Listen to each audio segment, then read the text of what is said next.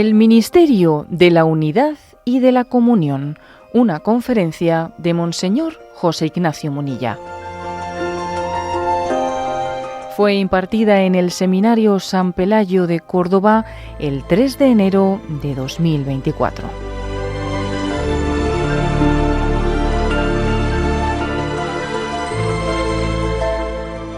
He preparado una reflexión que tiene este título: el Ministerio de la Unidad y de la Comunión. Ministerio de la Unidad y de la Comunión. Bueno, pues parece que esta palabra Ministerio de la Unidad y de la Comunión, ¿a quién está dirigida? ¿A quién se dirige esto? A ver, unidad al Papa, a ver, no, a todos. O sea, es decir, el Ministerio de la Unidad y de la Comunión pertenece a todos nosotros, a todos nosotros. De hecho, en esa oración sacerdotal de Jesucristo hay un versículo que es conmovedor, conmovedor. Juan 17, 21, ¿no? Yo creo que es de los versículos más conmovedores pues del Evangelio de San Juan. Quizás uno de los versículos más conmovedores de esa oración sacerdotal. Juan 17, 21. Te ruego para que todos sean uno, le pide Jesús al Padre. Te ruego para que todos sean uno, como tú, Padre, en mí y yo en ti, para que ellos también sean uno en nosotros, para que el mundo crea que tú me has enviado. Claro, la verdad es que cuando Jesús reza así, ¿no?, y pide para que el mundo crea que tú me has enviado, fíjate qué responsabilidad nos da, ¿no? Como diciendo, el hecho de la falta de unidad entre nosotros en el seno de la Iglesia, en nuestras comunidades cristianas, en nuestras comunidades, es un antitestimonio que puede dificultar la fe en reconocer a Jesucristo como el enviado del Padre. Pues fíjate tú qué responsabilidad, menuda responsabilidad, ¿no? Por eso es muy importante prestarle atención a esto, porque puede acontecer que si no cuidamos el ministerio de la unidad y de la comunión, pues por una parte estemos construyendo y por otra destruyendo, ¿no? Lo de la famosa aquella imagen de que Penélope tejía por el día y destejía por la noche. No, estoy soplando y sorbiendo. A ver, soplar y sorber, los dos no se pueden hacer. Si tejo y destejo, al final no construyo nada, ¿no? Puede ocurrir, esto puede ocurrir, claro que puede ocurrir, que yo trabaje mucho por la evangelización, trabaje mucho, me desgañite, consuma mis fuerzas, pero precisamente por no cuidar suficientemente, ¿no?, la unidad y la comunión, luego esas fuerzas pues se estén desperdiciando, se desperdicien. Luego volvemos a eso, ¿no? Que todos sean uno, que todos seamos uno, para que el mundo crea que tú me has enviado. San Juan Pablo II escribía, ¿no?, en aquella encíclica Novo Milenio Ineunte, encíclica con la que se abría el tercer milenio. La Iglesia decía: hacer de la Iglesia la casa y escuela de comunión. Casa y escuela de comunión. Casa en la que haya comunión y en la que haya una escuela de comunión. Yo quizás quisiera que la reflexión que os voy a hacer sirva un poco de escuela. O sea, ¿qué podríamos hacer? ¿De qué manera podríamos hacer para fomentar esa unión? Casa y escuela de comunión. Solo así podemos disponernos a la nueva evangelización, ¿no? Recuerdo que en una visita pastoral que hice recientemente, pues igual alguien prepara unas palabras de introducción, ¿no?, de introducción a la visita pastoral. Y supongo que igual les habrían dicho muchas veces, pero es verdad que a veces estás atento, estás receptivo, y otras veces igual escuchas tantas cosas sin percatarte de lo que están diciendo. Pero el caso es que ese día yo debía estar atento, y estas palabras la verdad es que me impactaron, ¿no? Y entonces allí me presentaron al obispo diciendo: el obispo representa la unidad y la comunión de la Iglesia. Y yo dije: madre mía, que el obispo representa la unidad y la comunión de la Iglesia. Pero, con todos mis respetos, y sin querer escaquearme, ese ministerio de la unidad y la comunión lo tiene el Papa, lo tiene el obispo, lo tiene el párroco, lo tiene el sacerdote, lo tiene el padre y la madre de familia, lo tiene el laico, lo tiene todo bautizado. O sea, cada uno en su vocación, participamos de ese ministerio de la unidad. Y tenemos que ser educados en ello, porque es verdad pues, que entre nosotros existe pues, mucho pecado de discordia, de desunión, de que no te aguanto, de filias, de fobias, filias y fobias, y eso pues, es destructivo y claro, tú estás haciendo un esfuerzo para evangelizar tremendo, pero luego si eso convive, está desactivando nuestra capacidad evangelizadora, ¿sabes? Por lo tanto, ¿no? Todos tenemos que participar de este ministerio, porque todo bautizado es sacerdote, profeta, rey, y estamos llamados a ser garantes de la comunión y animadores de la comunión. Garantes y animadores de la comunión. Bueno, entonces, se me ocurre dar como cuatro pistas, 4 pistas para la unidad y la comunión. Que seguro que os podéis imaginar que yo pues, hago algo reductivo, porque no he hecho ninguna tesis doctoral al respecto y porque hablo un poco desde unas intuiciones, con lo cual que nadie pretenda extraer de mi reflexión pues una especie de tesis ordenada, no, son intuiciones que os comparto. 4 pistas, ¿no? Para la unidad y la comunión. La primera es tan sencilla y tan evangélica, porque aquí nosotros lo que tenemos que hacer es creer en el evangelio, ¿sabes? No tan sencilla y tan evangélica como el amor al prójimo, el amor al próximo. O sea, es decir, la comunión se consigue, o sea, vamos camino de comunión si empezamos por amar al próximo, al que está junto a nosotros. La comunión se hace, en primer lugar, en el amando incondicionalmente al que esté junto a mí, haciendo un acto de fe que esta persona es la persona que Dios ha puesto en el camino de mi vida para ejercitarme en el mandamiento del amor. Y además hablo no de un amor abstracto, ¿no? Sino hablo de un amor concreto, del cariño, de la estima, del querernos con nuestro nombre y apellido y conocernos. Aquí habría como 2 planteamientos, ¿no? El planteamiento es, a ver, ¿qué es lo clave, lo decisivo? ¿La importancia de conocerse para amarse o la importancia de amarse para poder conocerse? A ver, ¿qué es primero, el huevo o la gallina? No quiero contraponerlos, no los quiero contraponer. Las 2 cosas obviamente son ciertas, pero si me permitís, yo creo que lo más genuino nuestro, en la línea agustiniana, es lo segundo. Lo determinante es amarse para poder conocerse.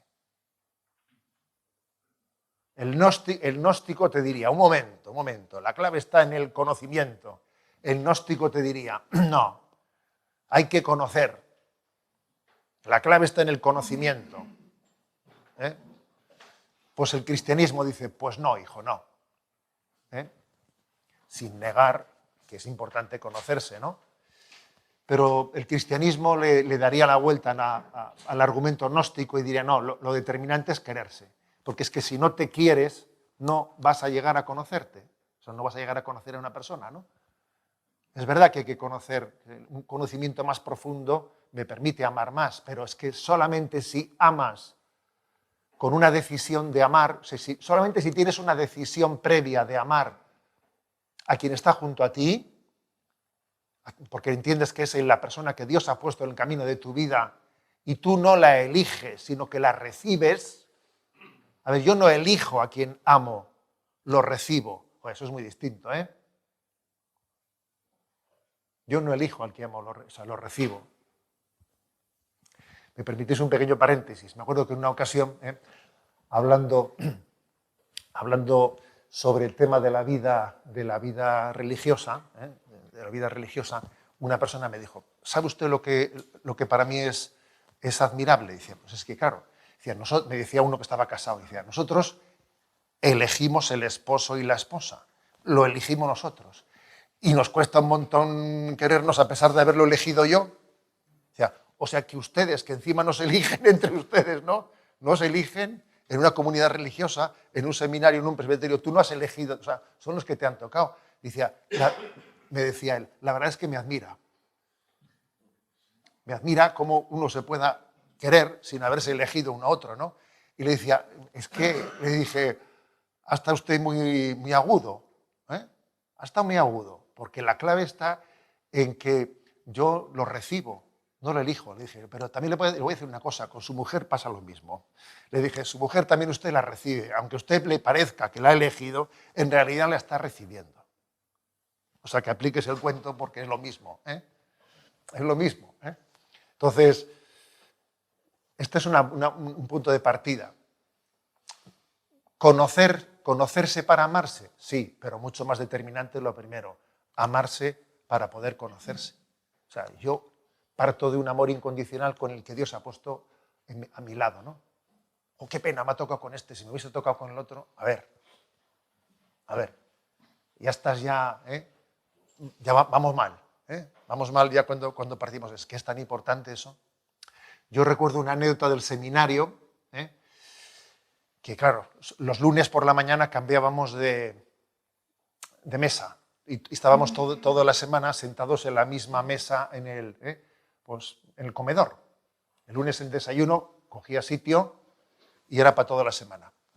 Entonces el lunes por la mañana solía haber bastante prisa a la salida de la capilla. La gente iba ahí al comedor, ¿entiendes? Y pim, pam, a pillar sitios y veías que estaban puestas servilletas. En uno había llegado primero y ponía las servilletas pues para que está ocupada la mesa, ¿no? Está ocupada, ¿no?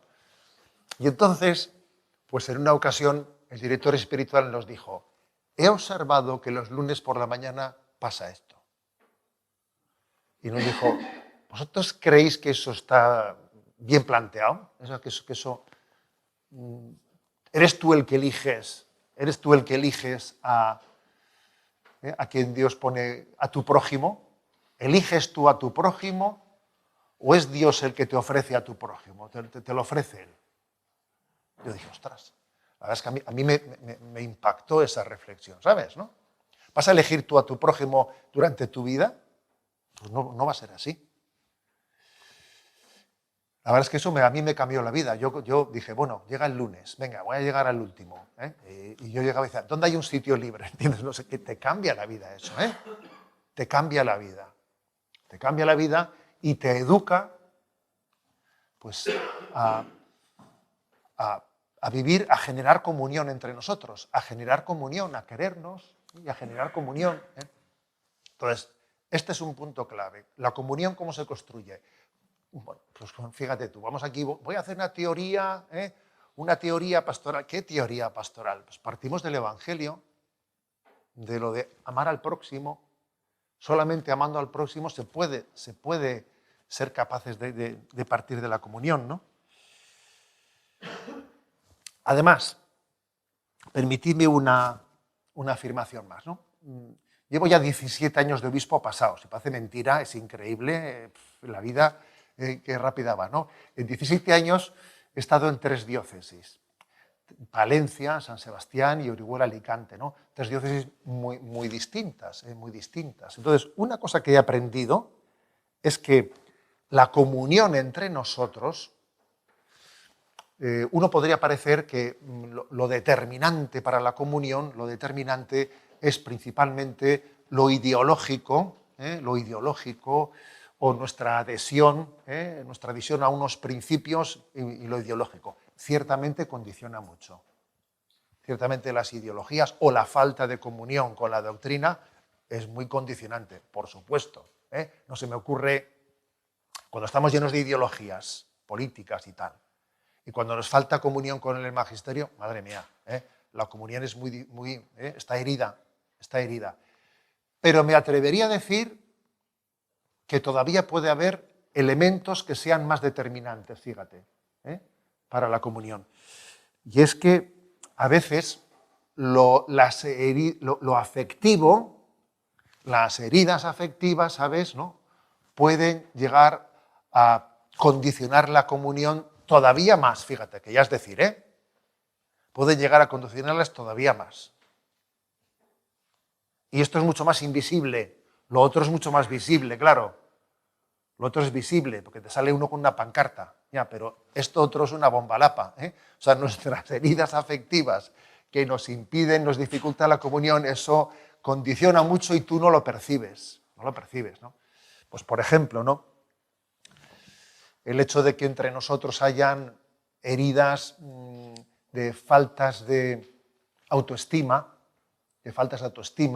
que generan complejos entre nosotros.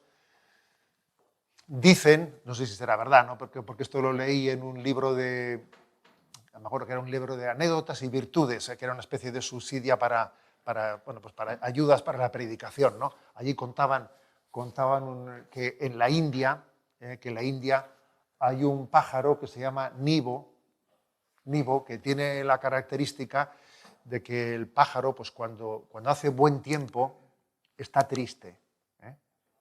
Y cuando hace mal tiempo canta y está súper contento, ¿no? Entonces, bueno, lo ponían como la imagen del corazón envidioso, del corazón envidioso, que se entristece ante el buen tiempo, ante los dones de los demás, ¿no? Me pongo triste al estar rodeado de personas que están llenas de dones, yo me siento acomplejado y me veo triste y no canto. Y sin embargo, cuando estoy en un sitio en el que, bueno, parece que en el país de los ciegos, el tuerto rey, allí pues entonces me siento que yo, que aquí voy a cantar yo, porque estos que están al lado mío, pues son unos zotes, ¿no? Entonces, a ver, ¿eso puede pasar? Sí puede pasar, aunque parezca mentira, ¿no? Puede pasar porque es que resulta que tenemos heridas de fondo que nos impiden respirar y gozar con la comunión de la Iglesia.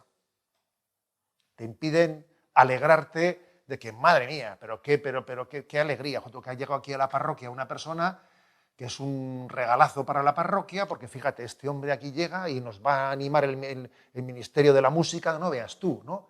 Y en vez de gozarte y alegrarte de eso, dice, vaya, ahora va a llegar este tío aquí y me va a quitar a mí. A ver, vamos a ver, ¿esto puede ocurrir en algún sitio en Islandia por ahí? O sea, sí.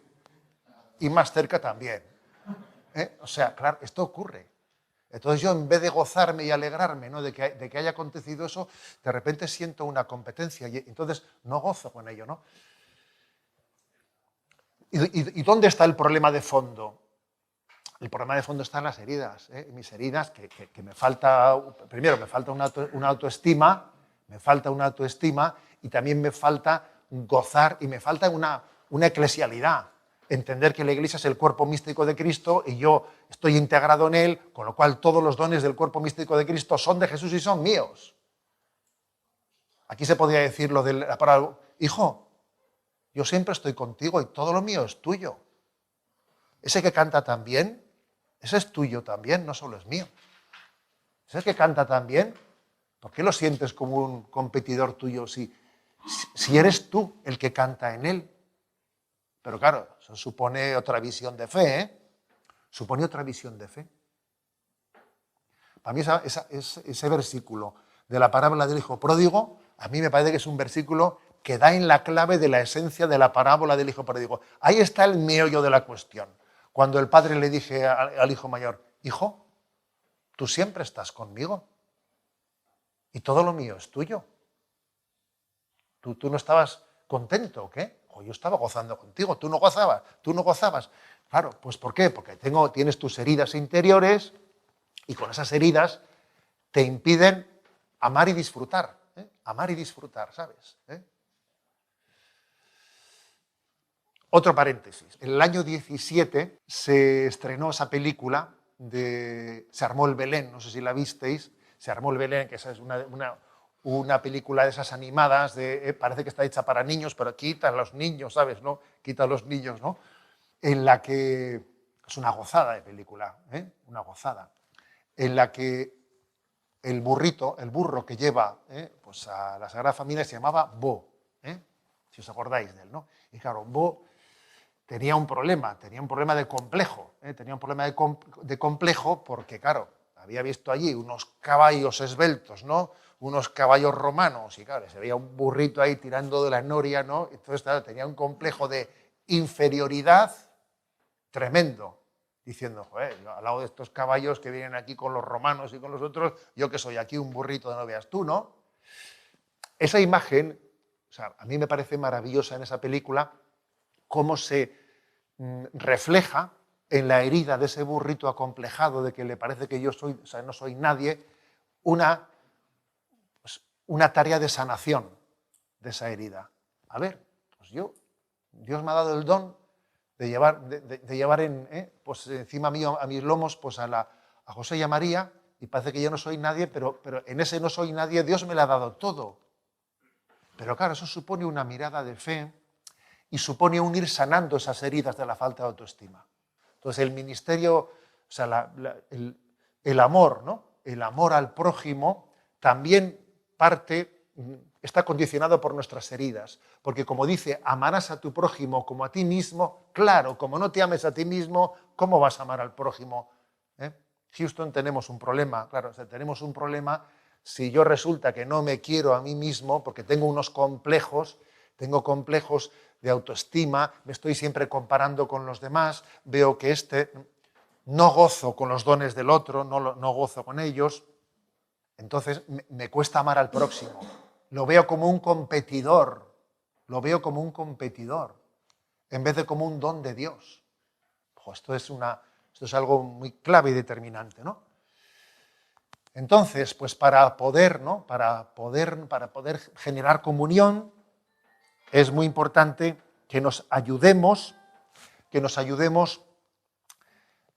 a sanar nuestras heridas. Tenemos que ayudar a sanar nuestras heridas, ¿no? La parábola del buen samaritano, pues quiere decir que yo tengo que generar comunión con personas que están heridas. Yo estoy herido, las personas que me rodean están heridas, tengo que contar con ello y tener paciencia en su sanación. Tener paciencia. Pues igual, por ejemplo, pues las correcciones. Aquí yo creo que hay un equilibrio que solamente el Espíritu Santo nos puede dar entre dos obras de misericordia que pueden parecer contradictorias, que son sufrir con paciencia los defectos del prójimo y corregir al que yerra. ¿Entiendes? ¿No? A ver cómo se hace eso. ¿Cómo se hace eso? ¿Cómo se puede sufrir con paciencia los defectos del prójimo y corregir al que yerra? Oye, a ver, las dos son obras de misericordia. ¿Y cómo integrarlas? Pues hay que pedir un don, o sea, el don del Espíritu Santo. Hay que pedir el don del Espíritu Santo. Por ejemplo, ¿no? Si yo hago una corrección al que yerra y en esa corrección hay algo de vena hinchada, ¿sabes? En mí, ¿no? Esa corrección, te digo yo, que nace de la carne y de la sangre, y no estará bien realizada. Por lo tanto, ¿no? Supone un amarse y quererse para que yo sepa cuándo es el momento de la corrección, porque estamos en un momento en que lo va a poder recibir, lo va a poder recibir, cuándo es el momento de sufrir con paciencia los defectos del prójimo y sigamos trabajando y sigamos caminando. Eso tenemos que pedir los dones del Espíritu Santo para integrar ambas cosas. Para integrar ambas cosas. Y a veces incluso, cuando tienes una entrevista de acompañamiento espiritual, etcétera, después es bueno evaluarse. Estoy acordando de una que he tenido yo hace poco, con una persona que tenía muchas heridas, y habló largo y tendido, ¿no? Y después, no, bueno, pues yo le dije algo, y después, fíjate, me examiné un poco a mí mismo, ¿no? Y dije, vamos a ver, creo que tenía que haberle dicho que se buscase un acompañante espiritual para que tuviese un proceso más largo y en ese proceso más largo se le pudiese corregir cosas. Igual me he equivocado pretendiendo corregirlas todas yo en un encuentro. ¿Me explico? Dije, igual ha sido excesivo, porque dices, bueno, tengo un encuentro con él. Pues venga, voy a voy a decirlo todo. Igual no se le podía decir todo. Hice mi pequeña autoevaluación después y dije, me parece que igual me he pasado, porque para poder decir tantas cosas necesitas ir paulatinamente creciendo entre sufrir con paciencia y corregir al que yerra. Y eso requiere un tiempo y una maduración. Eso es muy importante, muy importante para poder ejercitar ese ministerio de la comunión entre nosotros. Al principio, en ese ayudarnos en nuestras heridas, pues según la parábola del buen samaritano, uno se para, atiende, hace una cura de primer auxilio. Dice que le untó las heridas con aceite y vino, pero claro, luego le montó en su burro y le llevó a la posada. También eso tenemos que hacerlo, hacer una primera intervención de primer auxilio, pero luego también ser capaz de derivar a las personas, ser capaz de derivarlas a aquellos lugares donde se les pueda ayudar. Entonces yo vuelvo a insistir.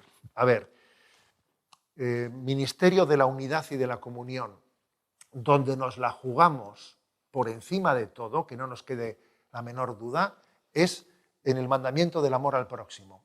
Un amor que sea entrañable, que quien está al lado mío se sepa que yo le quiero incondicionalmente, que eso no la pueda poner en duda, porque yo se lo he manifestado, se lo he dado a entender, ¿no? Porque nos puede pasar en el seno de la Iglesia que estamos muy motivados con la parábola del samaritano y la aplicamos a la gente bastante lejana, ¿sabes?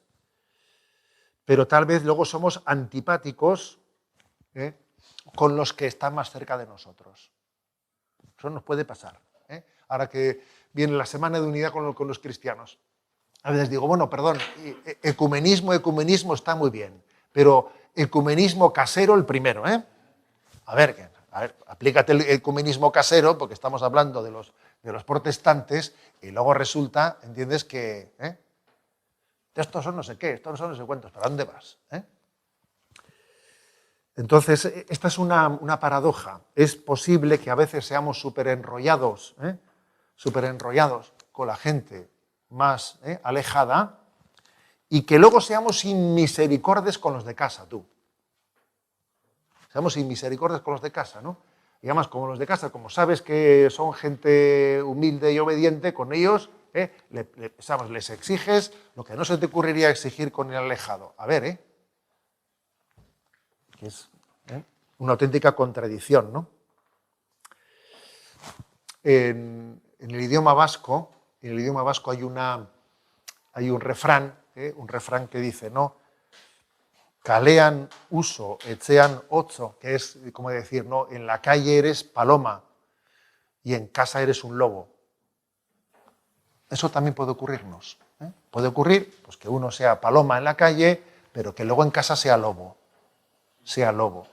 Y yo creo que para autentificar nuestro mandamiento del amor al prójimo, uno tiene que examinarse en su relación con el más próximo, con el que él no ha elegido, con el que Dios ha puesto en el camino de su vida, ¿no?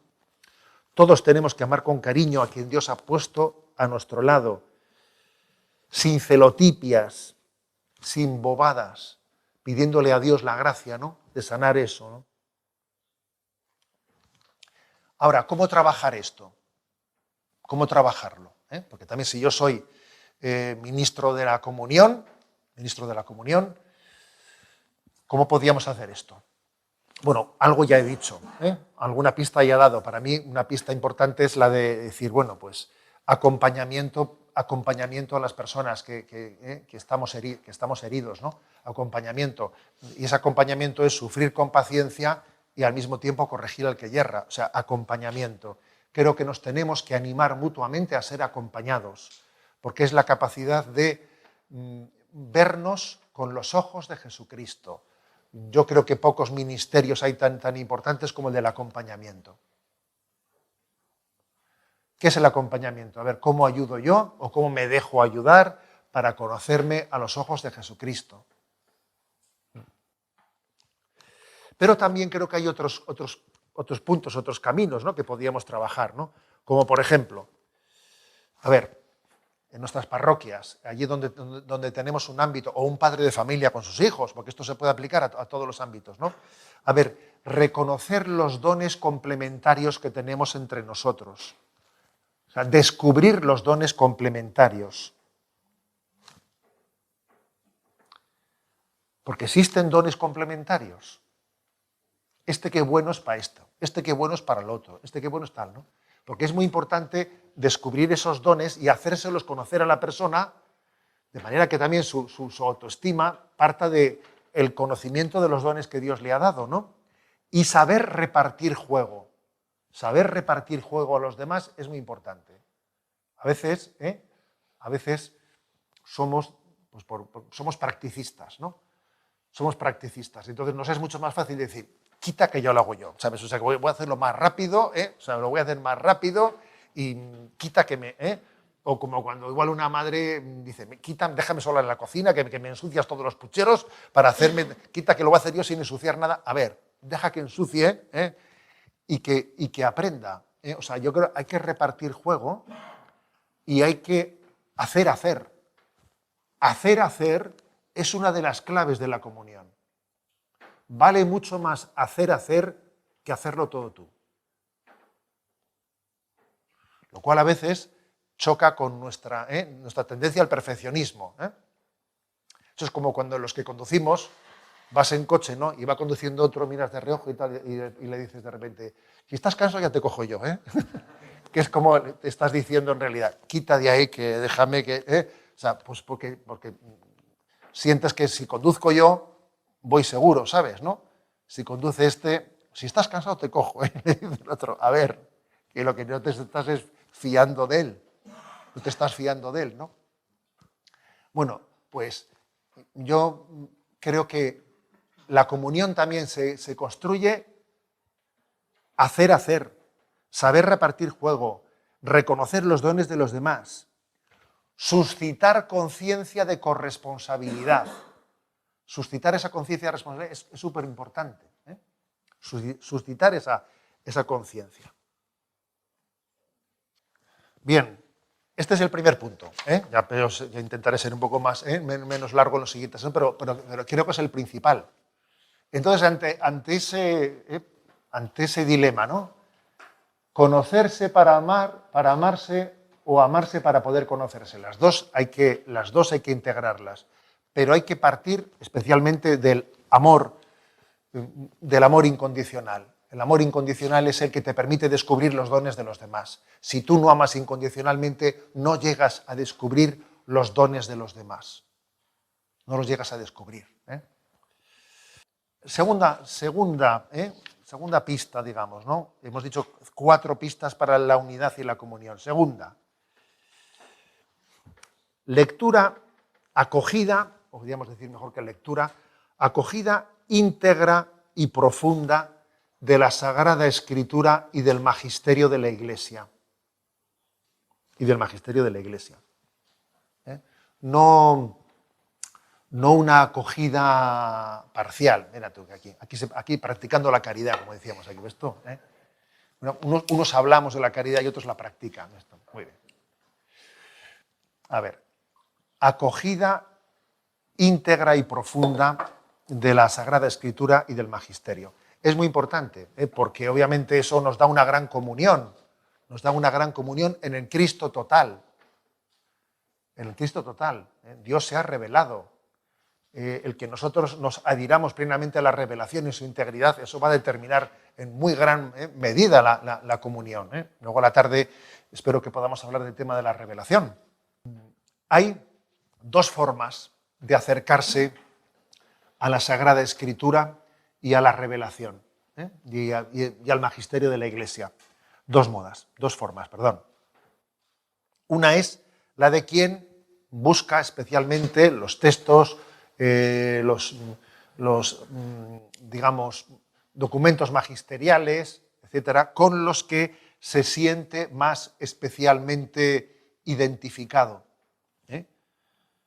Esta parte del Evangelio me dice mucho, esta otra parte no me dice tanto, no me identifico tanto con ella. Entonces, ¿qué hago? Me centro más en lo primero y lo segundo lo paso más de corrido, ¿no? Me identifico más con esto, me paro en ello.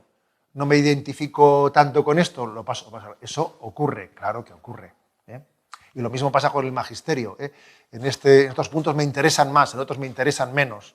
Yo, por ejemplo, tengo la anécdota de que explicas el catecismo de la Iglesia Católica en Radio María y según qué parte del catecismo estabas explicando, pues tú notabas, porque allí en Radio María para las llamadas de los oyentes, hay una centralita en la que se encienden todos. Bueno, esto ha cambiado ahora, pero bueno, pues ahora todo ya es digital, no es analógico y tal, pero bueno, había allí un sistema en el que se encendían luces rojas por llamadas de los oyentes, ¿no? Entonces tú, cuando estabas explicando algunos temas de esos que son enjundiosos, de que si, por ejemplo, el tema de las mentiras, si existen mentiras o no existen mentiras piadosas, o no, si la verdad tiene, o sea, la restricción de conciencia y cosas de esas, ¿no? Explicabas eso, madre mía, están todas las luces encendidas porque entendías tal. Ahora, el día que hablabas de la Santísima Trinidad, ¿entiendes, no? Pues no tanto. No tanto, ¿no? Hablas de la Santísima Trinidad, entonces, bueno, la Santísima Trinidad entiendes como que en fin, ¿no? O sea, a ver, eso es un riesgo. Es un riesgo el que uno reciba la predicación seleccionándola por su interés, por mi sensibilidad, me centro en esto, olvido lo otro. Eso es típico. Pero claro, creo que la recepción correcta de la Sagrada Escritura, del Magisterio, tiene que ser otra, ¿no? Si uno dice, bueno, hay textos de la palabra de Dios que no estoy recibiendo de ellos, ¿no? Pues una luz suficiente, o entiendo que naturalmente no me adhiero a ellos, me cuestan, o lo mismo aspectos del magisterio, o bien sea de la doctrina social de la Iglesia, o bien sea aspectos referidos a la Sagrada Liturgia, o bien, o sea, a ver, eso quiere decir que en mí hay unas carencias que yo tengo que educar. Y me centro especialmente, ¿no?, en esos aspectos del magisterio o de la palabra de Dios con los que no me identifico tan fácilmente, porque veo que esa falta de identificación espontánea deja las claras, deja traslucir que en mí hay todavía una falta, una carencia de identificación con la revelación. Y entonces me voy a centrar especialmente en esto. No me voy a centrar exclusivamente en aquello con lo que yo me siento bien. En lo que me siento bien, porque en el fondo tengo el riesgo de una recepción parcial. Y entonces me retroalimento con aquello con lo que yo me estoy sintiendo identificado, dejando en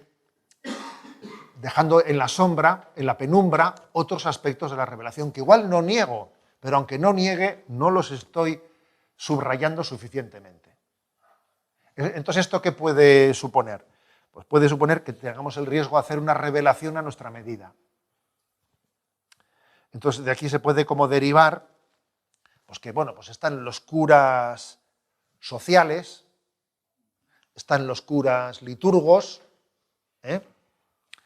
están los curas teólogos, los curas pastoralistas, y entonces parece que hacemos divisiones entre nosotros, ¿no? Y cuando digo curas, digo laicos, digo lo que sea, claro. Eso es así.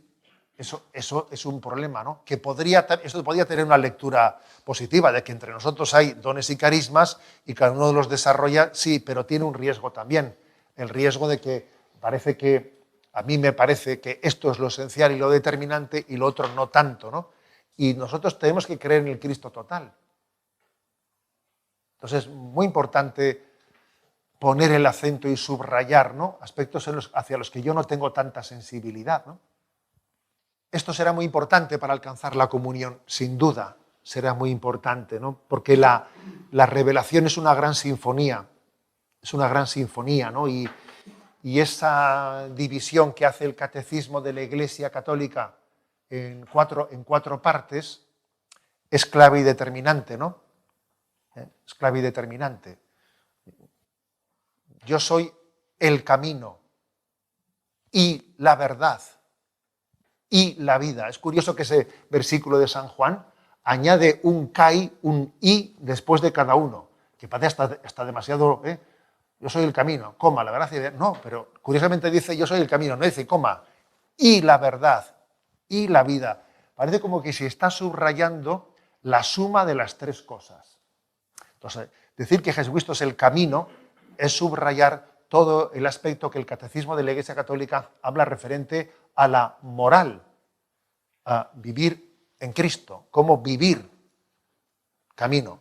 Pero soy y la verdad es lo que hace referencia a la fe, al dogma, a la fe revelada. Y la vida hace referencia a los sacramentos en los que recibimos la vida de Cristo y la oración, los sacramentos y la oración. Entonces, decir yo soy el camino y la verdad y la vida, entendiendo que ese y a mí me obliga, me llama, ¿no? me impele a integrarlo todo, es importantísimo. Porque de lo contrario puede ocurrir que si yo me centro en Cristo camino, si me centro en eso, dejando el otro, pues tengo una tendencia moralista. Hago una visión del cristianismo moralista. Cristo es el camino. Que es muy fácil, Y hay moralismos de todos los tipos.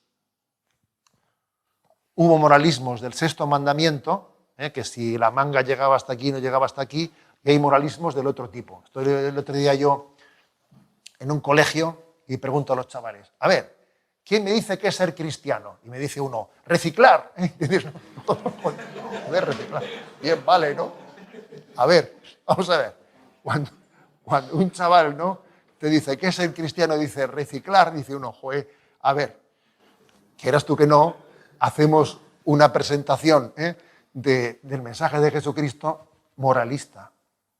Moralista. Hay moralismos del sexto mandamiento, hay moralismos del séptimo mandamiento, hay tantos moralismos como mandamientos existe. A ver, si yo me centro en que Jesucristo es el camino, caigo en un moralismo. Pero también existe el riesgo de quedarse con Cristo es la verdad, existe ese riesgo.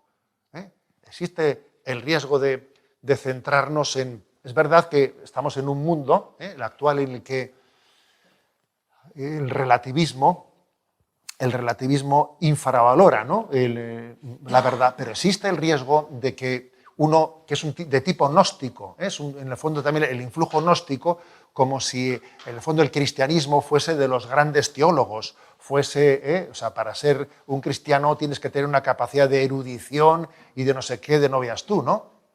Como es el que te hacen los alemanes, dice, breve introducción a la teología, y te meten 8 tomos, ¿no?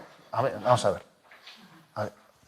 Eso es tremendo. O sea, existe a veces también ese riesgo, el riesgo de pensarnos, ¿no?, que la clave está en el conocimiento intelectual y poniendo en ello su riesgo, ¿no? Yo recuerdo una anécdota de mis tiempos de seminarista, ¿no?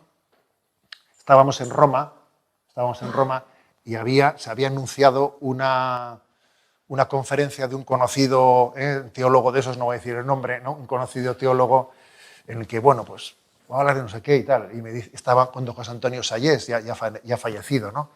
Y me dice él, pues vamos a la conferencia, venga, vamos. Vamos, y había mucha gente, yo me puse al lado de don José Antonio, y el que hablaba, bueno, madre mía, ¿no? Pues era uno de esos teólogos que hablaba casi en relieve, eso iba casi acuñando palabras según iba hablando, o sea, es como sobre esdrújula, ¿sabes? O sea, a veces era de una erudición teológica que casi iba acuñando palabras para expresarse, ¿no? Y yo me acuerdo que me acerqué a don José Antonio y le dije, oye, no estoy entendiendo nada. Y él se me acercó y me dijo, tranquilo, que yo lo estoy entendiendo todo y no está diciendo nada. Me dijo,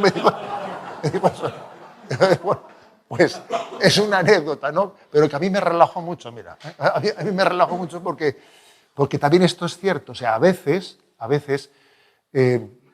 se centra, ¿no? Se centra la búsqueda de la verdad en una erudición. A ver, Jesucristo es sencillo, ¿eh? El Evangelio de Jesucristo es capaz de hablar a los sencillos y a los sabios al mismo tiempo. Jesús nunca dijo que se salgan los de primaria, que me quede yo únicamente. No, Jesús no dijo eso nunca. Habló al mismo tiempo para todos. Y se le entendía. Se le entendía bastante claro. Entonces, existe también ese riesgo.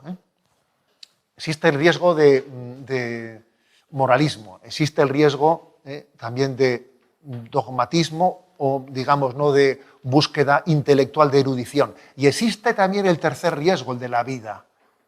Sí, a la tarde hablaremos de esto, pero existe ese riesgo, el del experiencialismo, el del pensar, ¿no?, que la vida cristiana, o sea, lo principal del cristianismo es el experiencialismo, ¿no?, el tener una experiencia interior, pero desligada de una verdad. Lo importante es mi experiencia, ¿sabes? Desligada de una verdad o desligada de una moral objetiva. No, lo importante es que yo tenga una experiencia de paz y de relajación interior. Oye, majo, Jesucristo no ha venido para que nos relajemos, ¿me explico? Jesucristo ha venido para que tengamos vida eterna.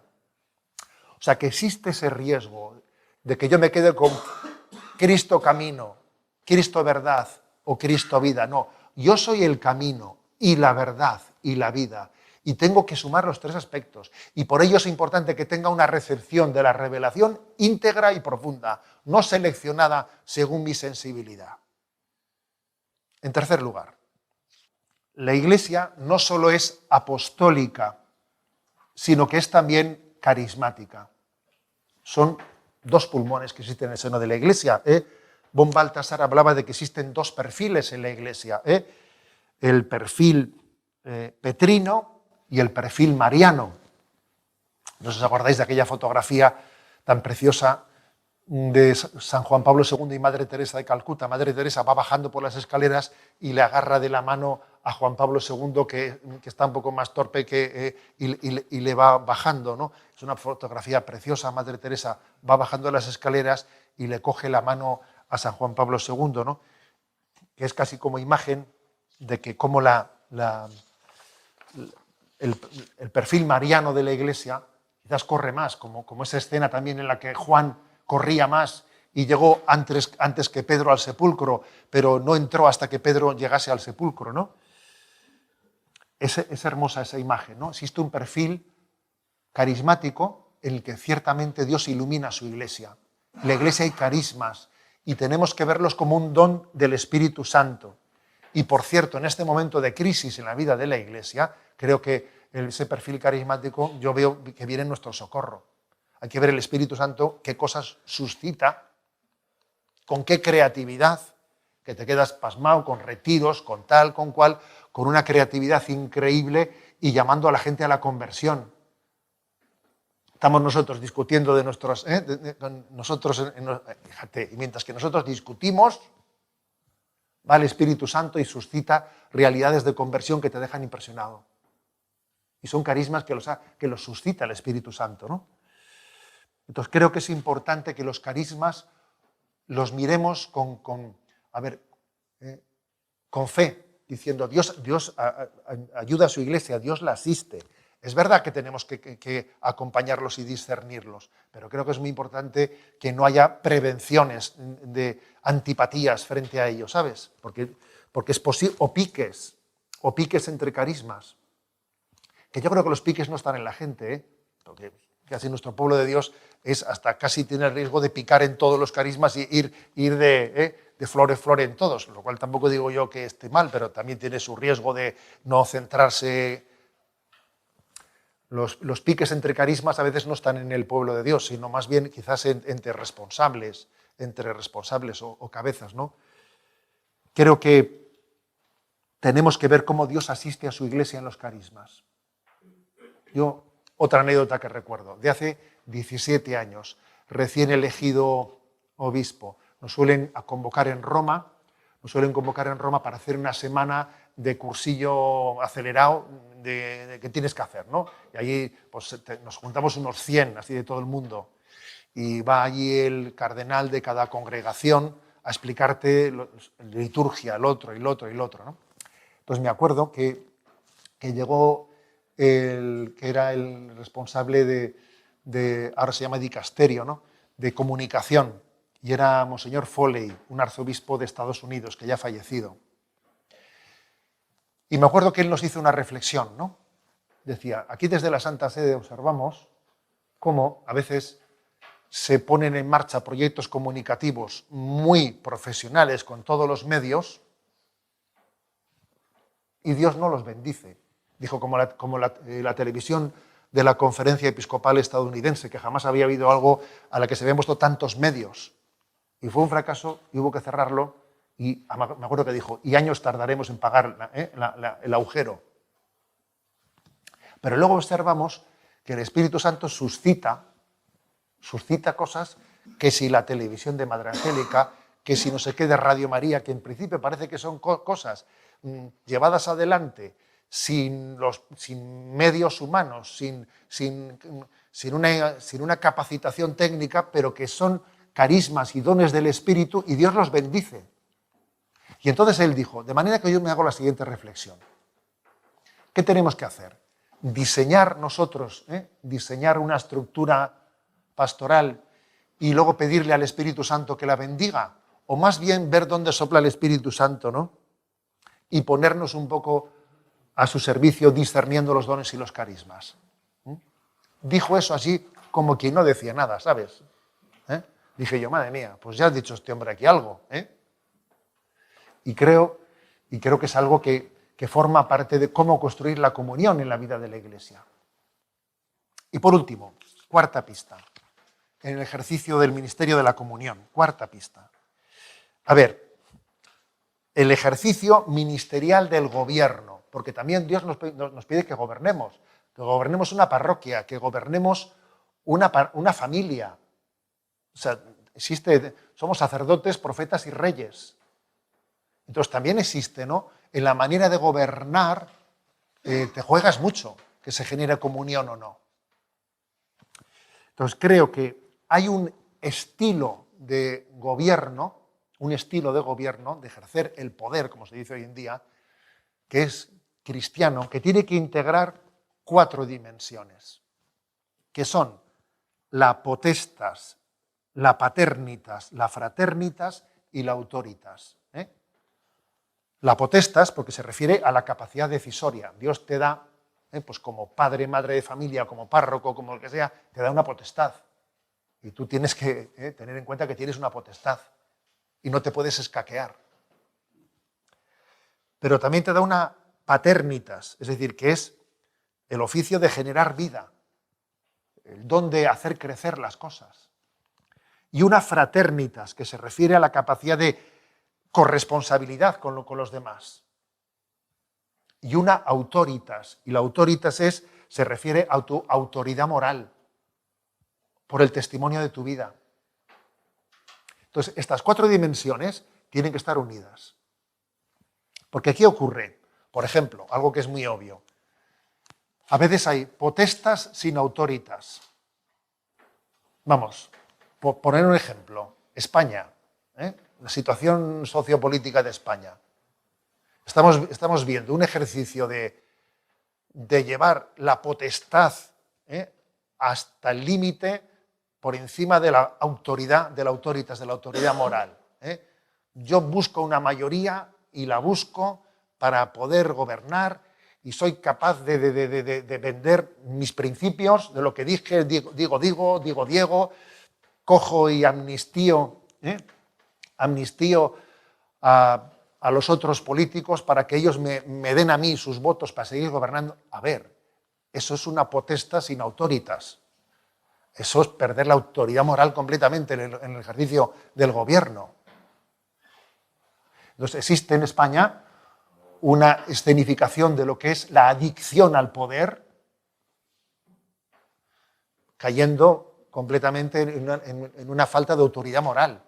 O sea, no hay principios, me explico. Los principios pueden cambiar completamente dependiendo de cómo salgan los votos, el reparto de escaños. Si resulta que el reparto de escaños, para obtener la mayoría, tengo que pensar así, pienso así. Si para que el reparto de escaños conformemos una mayoría tengo que pensar así, pienso así. O sea, mi pensamiento lo configuro al mantenimiento del poder. Eso es potestas sin autoritas. Y eso nos puede ocurrir a nuestra medida. Nos puede ocurrir a nuestra medida. O sea, es clave que la autoritas vaya de la mano de la potestad, ¿sabes? La autoridad moral es importantísima. Hay que dar razón de por qué tomamos decisiones. Razón del gobierno, ser capaz de expresarlo. También a veces existe paternitas sin fraternitas, que es un paternalismo, ¿sabes? Un paternalismo, pues alguien que yo te quiero mucho, pero lo hago todo y te anulo. No se puede tener una paternitas sin fraternitas, porque eso es paternalismo. La paternidad tiene que integrar la fraternitas y hacer corresponsables a los demás. También a veces existe una fraternitas sin paternitas y sin potestas, lo cual es un caos, claro. Pues el coleguismo, que es un poco el coleguismo, hacer un sistema asambleario colega, que no. Por lo tanto, ¿no? Yo creo que es importante que en la forma de ejercer nuestra autoridad, pues ese encargo, ese ministerio que Dios nos ha dado, como sacerdotes, como obispos, como padres de familia, como laicos, como líderes, en cualquier sitio, en una cofradía, en una asociación, que entendamos que ese ministerio, ese encargo que me ha dado, tiene que conjugar estos 4 aspectos. La potestas que Dios me ha dado y que la Iglesia me ha encomendado, ¿no? Pero acompañada de la autoritas, de la autoridad moral, de que yo al mismo tiempo sea siervo de los siervos. El Papa tiene la potestas máxima, pero al mismo tiempo es el siervo de los siervos. Eso es muy importante. Yo me acuerdo, por ejemplo, que en la parroquia, ¿no? Cuando hay que buscar gente para la limpieza, para los grupos de limpieza en la parroquia, ¿no? Porque están decayendo, lo que sea, tal. Haces una llamada. A ver, ¿cuál es la manera de que tu potestas de llamar al servicio tenga eficacia? Te pones tú el lunes en la escalera a limpiar el cristal y vas a ver tú cómo la gente se apunta enseguida. Porque eso es así. Eso es así. O sea, la potestas tiene fuerza cuando va ligada a la autoritas moral. Te ve la gente a ti subido en la escalera, me cago en la... Se apuntan 25 después. Eso ha sido así de toda la vida de Dios. O sea, la potestas tiene que ir de la mano de la autoritas. La paternitas tiene que ir de la mano de la fraternitas. Porque si no es un paternalismo y a la gente no le haces crecer, no le haces hacer. Entonces esas 4 dimensiones son claves, ¿no?, en el ejercicio de nuestro ministerio. Gloria al Padre, al Hijo y al Espíritu Santo, como era en el principio, ahora y siempre, por los siglos de los siglos. Amén.